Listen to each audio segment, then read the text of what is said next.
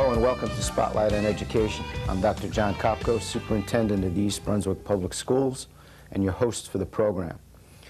On this edition of Spotlight, we'll be reviewing some of the highlights of the 1996-97 school year.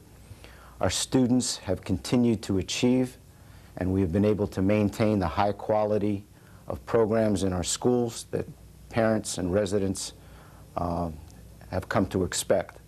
However, we certainly will not be satisfied with past accomplishments and will continue to strive to improve and enhance our educational programs for the students of this school district.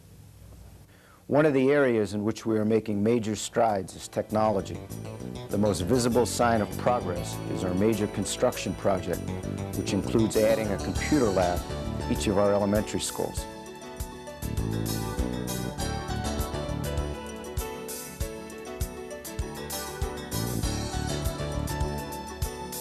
Not as visible, but equally important, is the partnership our district has formed with Bay Networks and Lucent Technologies for the creation of technological infrastructure designed to give students and staff in all of our schools access to information from each other and from all over the world. Jim Maynard, a Lucent branch manager, appeared on Spotlight on Education to explain this project. What we're going to implement is a new baseline technology that's referred to in the industry as ATM. I'll just say it once, asynchronous transfer mode, at the risk of what might happen when we start talking jargon. It's not the same thing that you get money out of, right? It's not the Mac machine, nor do you make deposits into it. But what it is a very high-speed underlying technology that today's most forward-thinking commercial companies are putting in. And what it will do is it will connect thousands of your students with each other and with the internet and with the outside world at very high rates of speed. Different kinds of information requires different kinds of handling without getting techno-speak again. But voice and data and video are all very different kinds of information to today's technology. ATM allows them to work effectively across a network like this. You're putting in miles of fiber optics, and this is just the best information equipment that's available today. We're putting in over 100 high-speed switches, data switches, to support over 4,000 information outlets that you have around the district. You look like as big a company as any that we deal with. Engineers from Bay Networks and Lucent were in the district for Net Day in October. They assisted the more than 100 students, staff members, and parents who volunteered to spend a Saturday in school installing wiring needed to link classrooms at Churchill and East Brunswick High School to the internet. Lucent, the district's corporate sponsor for the day, provided all of the equipment and supplies needed for the project. Well, I think it's very exciting. I think it's going to bring our students of East Brunswick right into the future. And why did you volunteer? I think it's very worthwhile that they'll all be able to access information for their studies, and I think if we get involved as a total community, it can only benefit the children. Great, thanks a lot. You're welcome. Here we are with Matt McKenna and Mike Paraski, two students. And Mike, what are you doing here? Well, we were told we were going to help wire the school and everything, and I really wanted to do it and everything. Very interesting. And right now we're in logistics. We're helping with to make sure everyone has all the equipment they need and everything. Great. And Matt, why did you volunteer for today? Well, for one thing, it was for we have NHS involved in this and several other clubs. In addition, this is something I like to do, and I plan on learning a lot here and have some fun doing it. Jordan, what's your job here today? Well, right now I'm working on the termination of the wires. Basically what we're doing is we're connecting the wires that run from each individual classroom into the switches themselves. Great. And why did you volunteer a Saturday? I'm very excited about the internet. It's going to open up great research opportunities for everyone, and it's going to enable the community to keep in touch with the school. And it's a lot of fun. I'm learning a lot of useful information about the internet.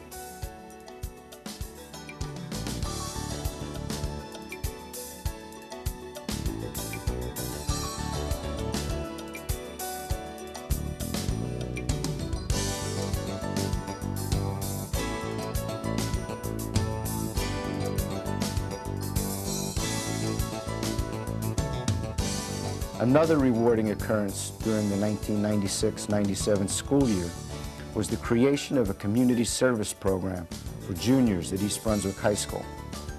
Principal Ben Tantillo, Assistant Principal Les Zukix, and several students described the program. I think that community service builds a sense of ownership within a town or an area of our students, which they reside, East Brunswick in this case, and also that we've always said in education that we want to promote and educate students as productive citizens and participating citizens of our democracy, and this is a great chance. Not only for that reason, but it really is my belief that we have an obligation that if we are well off, that we need to help people that are not as fortunate as we are and help them along their path.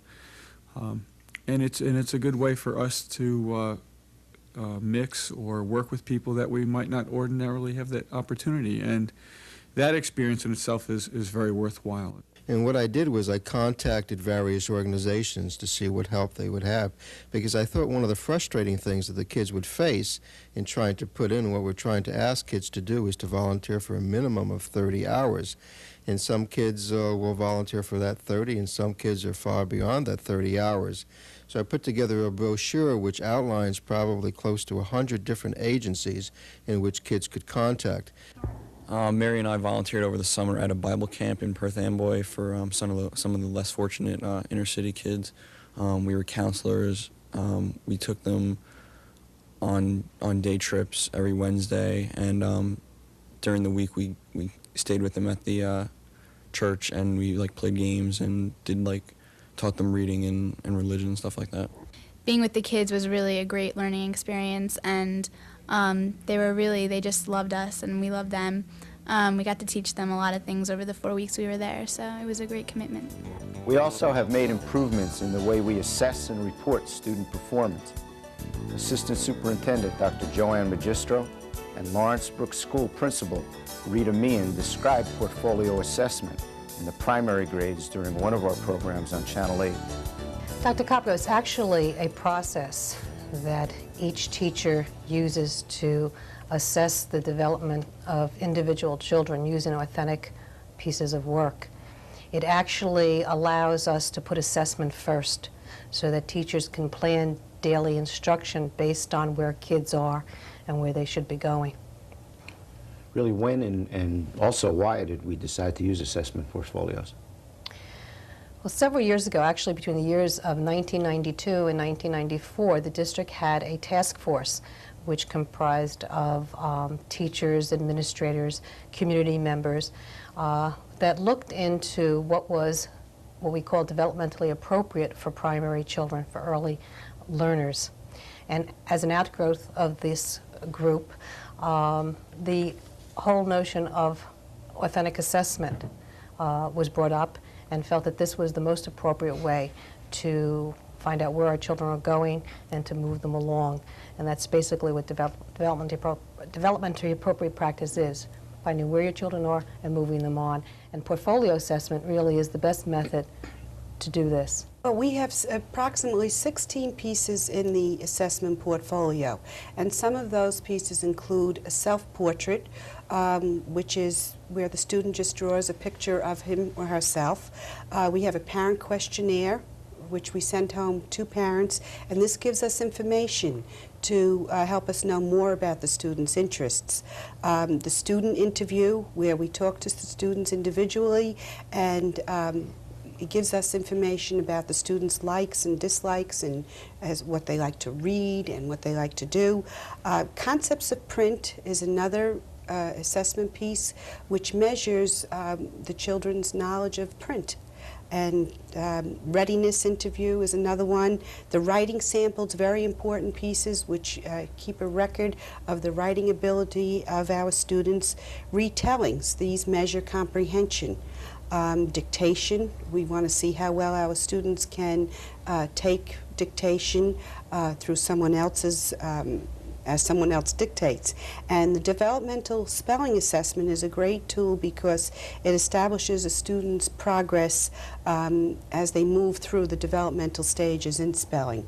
We have a sight word list so that we can keep a record of the sight words that each student is accumulating, and we do consistent reading samples with the children to learn how what strategies they are using in their reading. Our PTAs continue to be actively involved in our schools, providing many services and programs for our students. Among them are the cultural arts programs funded in cooperation with the Board of Education. One of them was held in February when a professional potter worked with students in art classes at Irwin School. Today I'm working with the 4th graders and 2nd graders. I'm giving them a lecture demonstration on how I work on the potter's wheel. We're discussing a little bit of characteristics of clay, a little bit of clay history, and then we go back to the tables and we have a hands-on activity. This process is called wedging the clay.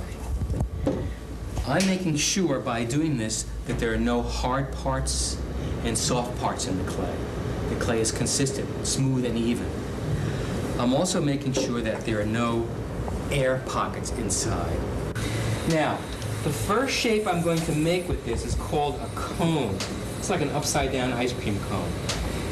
And that helps wedge the clay some more and helps it get it on center. Now I'm going to press down on this clay. And I want to get it totally centered in the middle of the wheel so that it's spinning just like the wheel is spinning. I think it's great for the children to see that artists are very real people and they're working, they're not all dead and hanging in museums.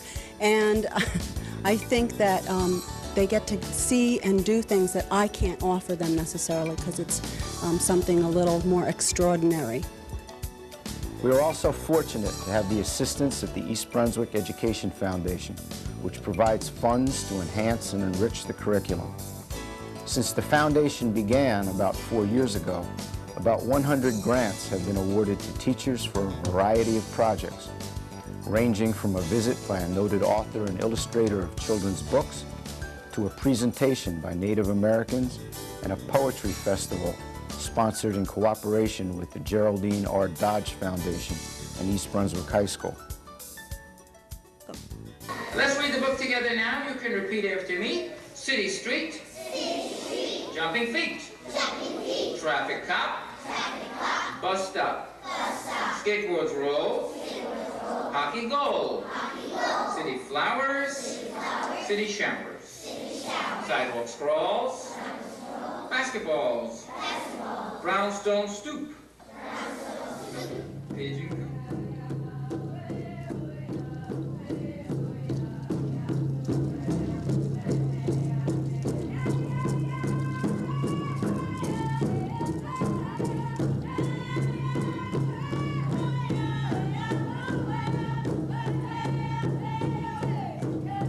You thought you were on some sort of imperturbable surface. You thought that everything was solid. At least I did. A one-ton cone of iron or bronze. And suddenly it rings. It starts to vibrate. It makes a noise unlike anything I ever dreamed of, and it shakes as I never thought things could shake, and I'm shocked at how oblivious I've been.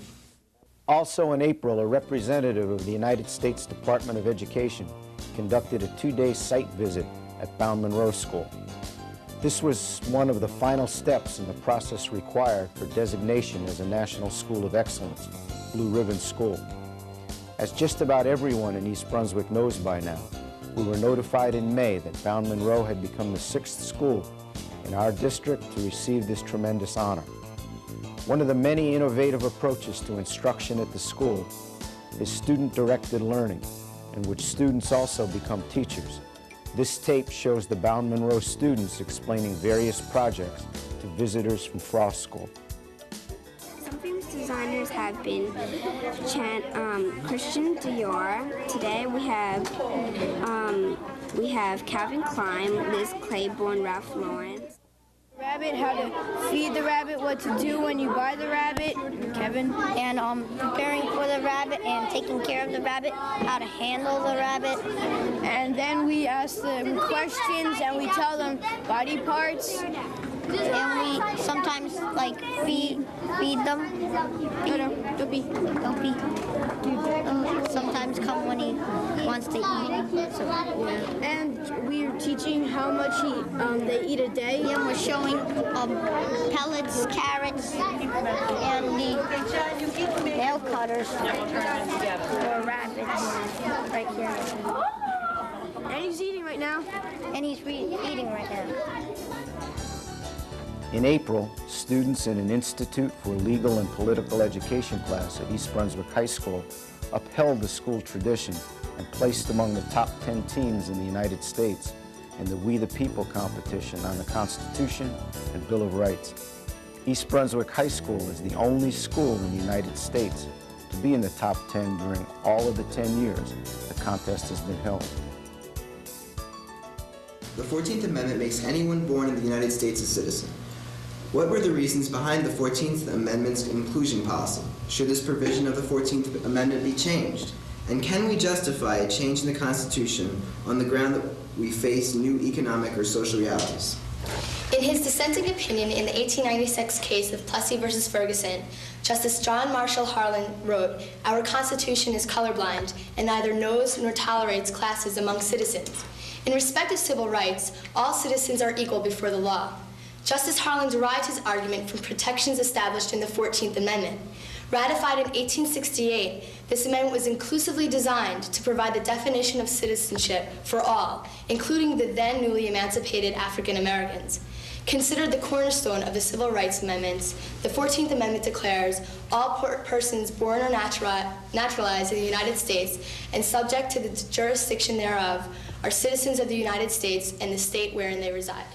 How is it that East Brunswick High School is the only school in the country to be in the top 10 for 10 years? What is the secret of your success? About my success, the community supports what these kids do, and they're very easy to work with, and that's really as simple as it gets. It's Cal.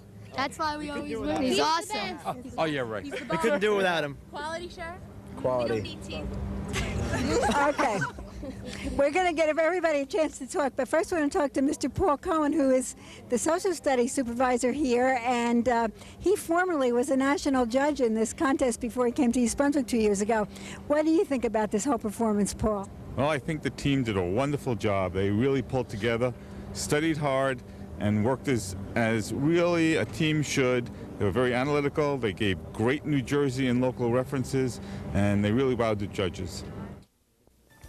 In May, the district honored the first 25 former members of the staff and Board of Education who had been selected for the Wall of Honor that was installed in the board meeting room. They were chosen because of their significant contributions to the school district. Additional people will be selected for recognition in future years. She has given her all to the betterment of the East Brunswick school system, and particularly to the students. Her legacy will, without question, continue. Mrs. Dashwood.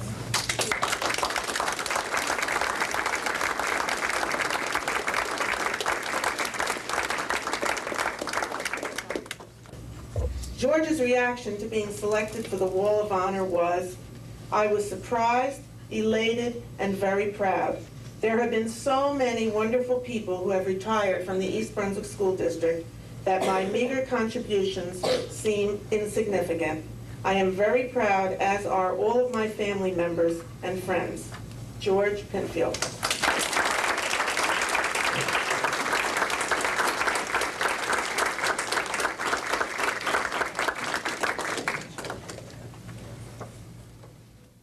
A fixture in East Brunswick, Dr. Kenneth Burnett.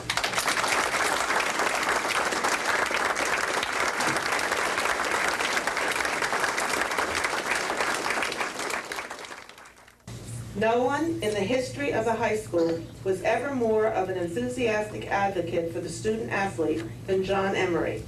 His commitment, talent, and energy are the single most important factors in the success of the football program. John Emery III even since his retirement, has continued to be a fixture at athletic events at the high school. His commitment to teaching responsibility and sportsmanship marks his every action. John Emery.